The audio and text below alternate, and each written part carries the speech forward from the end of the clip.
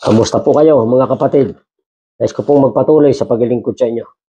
Nais ko rin pong samantalahin ang pagkakataon na kayo pasalamatan sa patuloy niyo pong panonood ng ating mga inia-upload ng mga video na may kaugnayan po sa mga halamang gamot at sa iba't ibang mga natural na paraan ng paggamot. At nais ko na rin pong pasalamatan ng inyong pagla-like, pag-share at sa isa pa nating Facebook page, ang Buhay at Kalusugan Ministry na inyo pong pinapanood at sa inyo pong pag-follow po dito. Maraming salamat. Tayo po yung magpapatuloy, mga kapatid. Ito pong halamang kaimito, mga kapatid, ay kilala bilang isang magandang halamang gamot mula sa ugat, sa balat ng kahoy, sa dahon, at maging sa bunga nito. Pero ang ating tatalakayin po, itungkol dito po sa dahon ng halamang kaimito.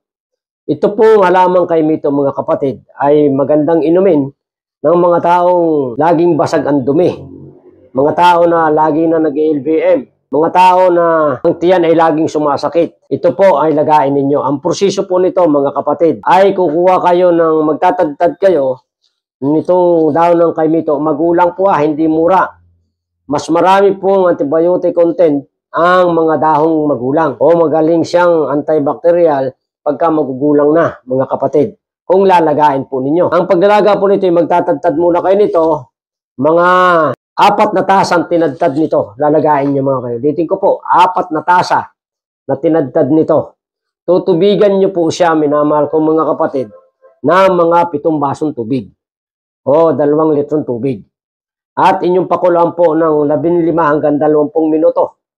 Basta tandaan nyo pong mabuti, oras na kumulo po yan, ay inyong alisin yung takip at meet nyo inaan ng apoy. Para safe po kayo.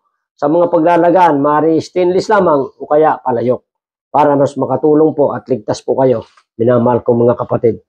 Iinumin nyo po ito kung maaari ay kada 1 oras. Lalo na po kung basag na basag ang inyong dumi at sumasakit ang inyong tiyan at walang tigil ang inyong pagdumi. Halos ay oras-oras yung dumudumi kayo. Makakatulong po ito ng malaki, mga kapatid. Pag kayo po merong ganong karamdaman, iwasan nyo agad ang asukal sa inyong diet, sa inyong pagkain, sa inyong mga iniinom pag mayroon po kayong sakit na ganon na ginagamot po ng dahon ng kaimito. Minamahal ko mga kapatid, ito po'y napakaganda, walang gastos. Inyong pagtyagaan lang na maghanap ng mga halamang gamot sa inyong paligid o sa inyong komunidad, ito po'y makakatulong sa inyo. Kung inaakala po ninyo, minamahal ko mga kapatid, na ito'y naging pagkapala sa inyo at inaakala nyo na makatulong sa iba, ay pakishare po ninyo ito mga kapatid. Hanggang sa muli po, pagpalain po kayo ng Panginoon.